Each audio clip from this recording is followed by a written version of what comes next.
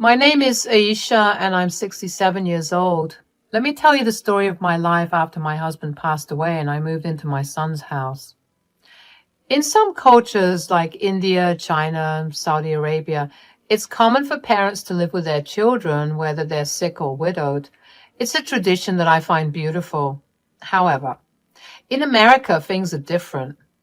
You see, my son Ahmed was married to a woman named Natalia, and he thought that she was amazing, but I thought differently. I watched her closely, and I was sure she was only interested in my son's money. It really upset me. I tried to warn Ahmed, but I'm sure you know love can blind people. Whenever I told him, Mama knows best, he ignored me and insisted that Natalia loved him and their relationship is genuine. I have to admit that my son is stubborn like me and he won't believe the truth until he experiences it himself. So I stopped telling him that Natalia is bad news. It hurt me to see him being deceived so openly, but sometimes people have to hit rock bottom to understand the reality of their situation. My late husband was a wealthy businessman and we owned several properties, including the house Ahmed now lives in. It was a birthday gift to him when he turned 25. Technically, it's a family house because all three of our names are on the deed, but Ahmed seemed to have forgotten that. I'm sure Natalia was under the impression that the house was strictly Ahmed's, and so she got the gall to treat me so poorly. Her presence had only made things worse, as I had to endure her rudeness and witness my son's inability to handle her. It was a difficult situation for me. I wanted to protect Ahmed from being taken advantage of, but I also know that he needed to learn on his own, so I watched silently, hoping that one day he will see Natalia's true intentions. Let me tell you, it was not easy living under the same roof with someone you didn't particularly care for. Natalia made no effort to hide her disdain for me. She often questioned my presence in the house as if I was an intruder in my own son's home. The audacity! I kept my composure, mostly, but that resolve began to dissolve soon. I had gotten used to her rudeness, but every once in a while she would make things even harder for me. It felt like she enjoyed ruining my laundry on purpose, pretending not to hear me when I needed her assistance, and even making intentionally bad food for me when Ahmed wasn't there. Now, let me make it clear that I don't let people walk all over me. I confronted Natalia about her actions, hoping to make her understand, but as usual, she acted innocent. Our conversation went something like this.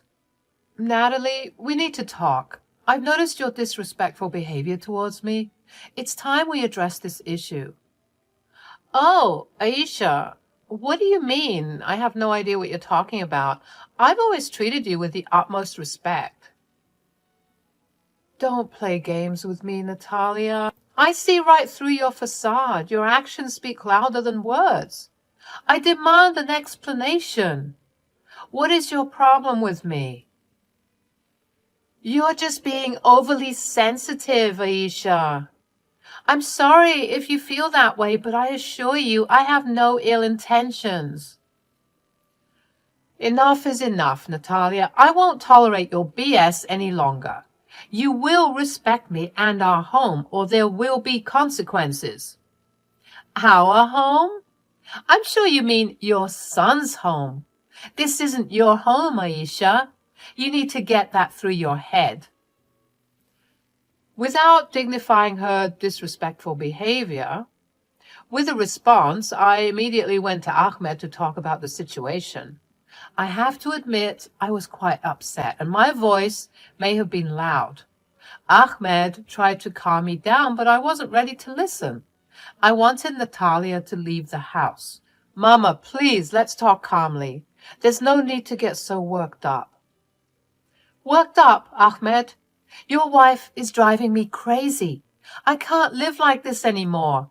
She ruins my belongings, ignores my requests, and disrespects me at every turn. How can you let your mother be treated like this? You have to divorce that witch.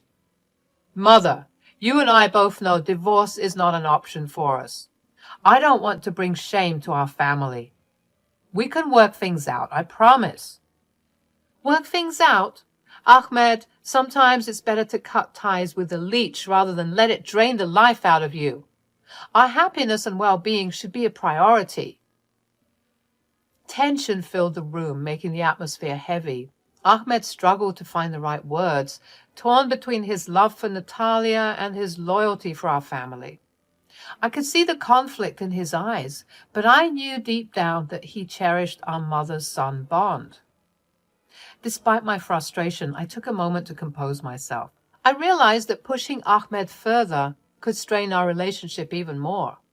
I needed to find another approach to handle this situation, to protect my son without causing irreparable damage. The following day, Ahmed called both Natalia and me to discuss in the living room. He expressed his concern about the growing hostility between us and emphasized that the constant arguing needed to stop. Natalia, in her usual dramatic manner, started crying and claimed that living with me had been incredibly challenging because she felt unappreciated. I couldn't help but roll my eyes at her fake tears. I knew she was trying to manipulate Ahmed and portray herself as the victim, so I spoke up, unafraid to express my thoughts. "Stop with the theatrics, Natalia. Your tears won't fool me. You're crying to pull at Ahmed's heartstrings, but I see right through your act." Ahmed, frustrated by the tension, pleaded with me to stop being unkind to Natalia. However, I stood my ground, firmly stating that Natalia was nothing but a manipulative person after his wealth and that he should seriously consider ending his marriage. Seeing an opportunity, Natalia started crying even harder, which caused Ahmed to raise his voice at me for the first time. He threatened to make me leave if I couldn't behave respectfully.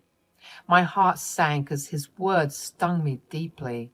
I couldn't believe how much Natalia had influenced him. Feeling a mix of anger and sadness, I impulsively stood up and slapped Ahmed across the face. The room fell silent as tears filled my eyes.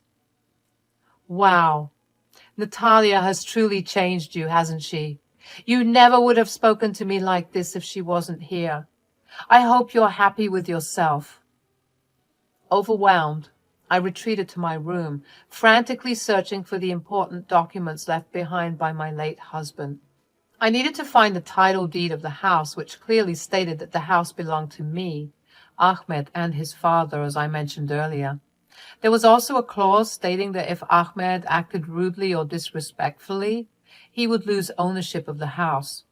You see, Ahmed used to be a troublesome and spoiled child.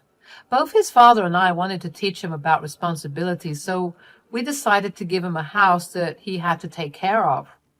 We added the clause about disrespect because we anticipated that Ahmed might lose his privileges within a year.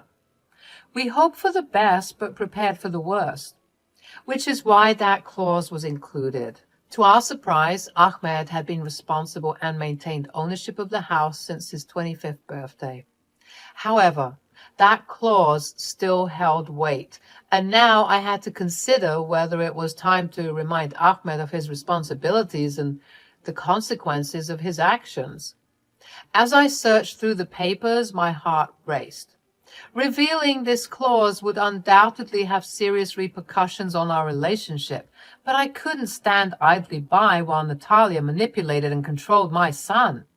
I needed to protect him, even if it meant taking drastic measures. After hours of searching, I finally found the papers confirming the validity of the clause in the title deed. It didn't specify a time limit, which meant it remained in effect. Holding on to this information, I decided to wait for the right moment to disclose it, strategically planning my next steps. Meanwhile, I came up with another plan to expose Natalia's true nature to my son. Inspired by the true crime shows I had been watching, I decided to record my conversations with Natalia. I purchased a small recorder specifically for such moments, ensuring that I had evidence to support my claims. Mama always fights smart, my friends. A week passed and the house was filled with uncomfortable silence and tension. The atmosphere was suffocating and it felt like everyone was tiptoeing around. But I knew Natalia's downfall was imminent. I just needed the perfect opportunity to present itself. Then, one day, I sensed that something was off, and sure enough, Natalia was the cause. Unexpectedly, she entered my room, radiating an unsettling energy that my intuition couldn't ignore. My heart raced with anticipation, and discreetly, I pressed the record button on my hidden device. I was ready to capture her true intentions. Natalia approached me with false confidence and said, "I think it's time for you to go." I maintained my composure, hiding my excitement behind a calm expression. Deep down, I knew this was the moment I had been waiting for. With the recorder capturing every word, I responded with a smile, careful to choose my words wisely. "Oh, Natalia, dear, what makes you say that?" "Face it, old lady, you're ruining my plan." "What plan?" "I plan to take all of your son's money." "Duh!" "Ah, so I was right when I said you were a gold digger." "Some call it a gold digger. Others call it being opportunistic. Tomato, tomato." "Wow. So these are your true colors, huh? Fascinating." "You know, you never respected me." "Why would I? I could see right through you the moment you walked into my son's life." "I guess the game recognizes the game, huh?" "Oh, please, you think you and I are the same?" "But of course. Why else would you marry such a wealthy man?" "Because I loved him, Natalia. That's something you know nothing about, and you dare to come here and talk like a crazy person? Why are you acting as if I won't expose you to my son?" "Because I have something important to tell you, Aisha. You thought I was joking when I said it was time for you to go? Little do you know." "Spit it out, Natalia. I'm getting sick of your games." "Pack your bags. I've convinced my dear old doting hubby to put you in an old age home." Natalia began to laugh, somewhat manically too. "I told you she was a witch. I let her enjoy her moment of glory because I knew that in a few seconds it would all come crashing down." Noticing my lack of response, she asked, "Why aren't you weeping? Did you hear me, you senile hag? You're going to be locked up in a retirement home until you join your husband." "I heard you, sweetie. Don't worry." "Don't you want to know how I got Ahmed to agree?" "Well, if you must tell me." "After your little scene last week, I started convincing Ahmed that you were slowly losing your mind." "What, because I slapped him?" "Yeah, well, he seems to disagree after I told him that the behavior was not normal and that you were slowly becoming psychotic due to old age." "And he believed you?" "I can be pretty convincing when I want to be. I told him that you also lost your mind when you lost your husband, and that's why you've been mean to me." "So you see, Aisha, you're no longer going to be living here. Once you're gone, it will be easy for me to sink my claws deeper and deeper into your son. By the time I'm done with him, you all will have nothing." Again, she finished her statements as if she had truly won. But little did she know. Nice try." "What do you mean, nice try? I've already won." "I gotta say, if I didn't hate you so much, I might have commended your antics." "Why are you acting like that? You should be shaking right now." "What? You thought that I was going to cry? You think that I'm pusillanimous? Like you?" I don't even know what that means." "Of course you don't. Girls like you don't even bother trying to expand your knowledge. You just rely on being a leech to get by, which is disgusting and pathetic."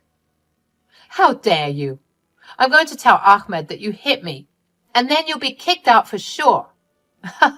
"Oh, Natalia, you still don't get it." I approached her and I slapped her. "Go ahead, tell him. At least you'll be telling the truth this time." You slapped me. I can get you arrested." "I dare you to try, especially after what I have to reveal to you, because when I'm done, you'll regret all the things you've said here." I revealed everything to Natalia, telling her that this entire conversation was being recorded for the sole purpose of exposing the truth. I also told her that she had no right to even attempt to kick me out of the house, considering that I was part owner. Pack your and your hubby's bags, Natalia, because you're no longer welcome in my house. To my surprise, she fainted in shock. I suppose hearing her plans unravel before her eyes, coupled with the impact of our conversation, was too overwhelming for her. As I gazed at Natalia lying unconscious on the floor, a complex mix of satisfaction and disappointment washed over me. I felt satisfied because I finally had the evidence necessary to expose her true nature, but at the same time, I was deeply disappointed that my son had fallen prey to her manipulations. Ahmed rushed into the room, drawn by the loud thud, his face filled with panic as he tried to revive his wife. Despite the chaos, I remained composed. Mama, what did you do? Ahmed, I know you're upset, but please. You're crazy. Aisha was right about you. I should have put you in a home sooner. You're losing your mind. Oh, stop that, will you? Put her in the recovery position and come to me. She'll be fine. I already called the ambulance. Ahmed reluctantly stopped panicking and came over to me. There's something you need to see and hear. Ahmed, still in a state of shock, looked at me with a mix of confusion and concern. What are you talking about, Mama? We need to get Natalia to the hospital. We can't just leave her here. Just as Natalia regained consciousness, confusion and fear crossed her face as she struggled to grasp what was happening. Before she could utter a word, I pressed the play button on the recording device, allowing the incriminating conversation to fill the room. Natalia's lies, schemes, and true intentions were exposed for Ahmed to hear. As the recording played, shock transformed into anger on Ahmed's face. The weight of Natalia's deception sank in, and he directed his gaze at her, a mixture of disappointment and fury evident across his face. How could you do this, Natalia? Oh, the lies, the manipulation. I trusted you, and you played me? Natalia, fully aware of the evidence stacked against her, struggled to come up with a believable response. Her attempts to make excuses faltered in the face of the undeniable truth. Ahmed's voice trembled with a mixture of concern for Natalia and his growing anger as he shouted at her. I watched him, feeling a combination of sympathy and determination in my heart. Ahmed, my son, I'm sorry it all had to come to this. The paramedics arrived and transported Natalia away despite her hurling insults at me and desperately pleading for Ahmed to take her back, a counterintuitive reaction, I must admit. I understood that the journey ahead would be difficult for Ahmed. However, I firmly believed that he needed to learn these lessons on his own, just as I had hoped. The house, a symbol of responsibility, would remain in our possession, patiently awaiting Ahmed's personal growth and maturity. Can I say it? Say what? I told you so. Yeah, I guess you can. I think I'll hold on to it for now. I can see you're hurting. I loved her, Ma. I know, baby, I know. I guess you were right. You really do know best. At that moment, I felt a huge sense of relief and hope. The truth had come out, and though we had some healing to do, I knew we would come out of it stronger. I had faith that my son would understand the importance of making wise choices and treating others with love and respect. I also made up my mind to remove my name and his father's name from the title deed. Ahmed had proven himself to be a responsible and honorable son, despite all the challenges we faced.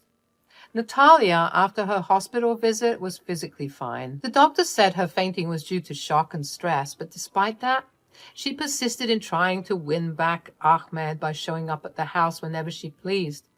Luckily, I was there to protect Ahmed from her manipulations. I made sure she never set foot in the house again.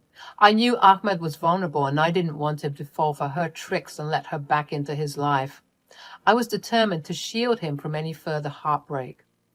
Amidst all the chaos, I decided it was time to address the house ownership issue.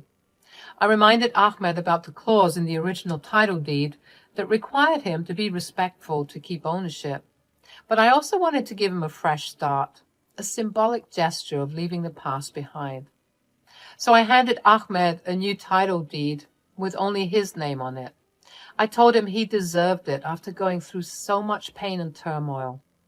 Tears filled Ahmed's eyes as he realized the significance of this gesture, recognizing his growth and strength. We hugged each other, and at that moment, all the bitterness and tension melted away. Ahmed looked at me with a slight smile and said, "You still haven't apologized for slapping me." I chuckled, realizing that our bond had weathered the storm. "Do you want me to put my name back on the title deed?" We shared a heartfelt laugh. In the end, things worked out great for Ahmed and me. Our bond became even stronger, and he learned some valuable lessons about love, trust, and being smart about who to trust. As for Natalia, she kept trying to win Ahmed back, but he stayed strong in his decision to move on without her. Life went on, and Ahmed thrived, building a new life full of happiness and success.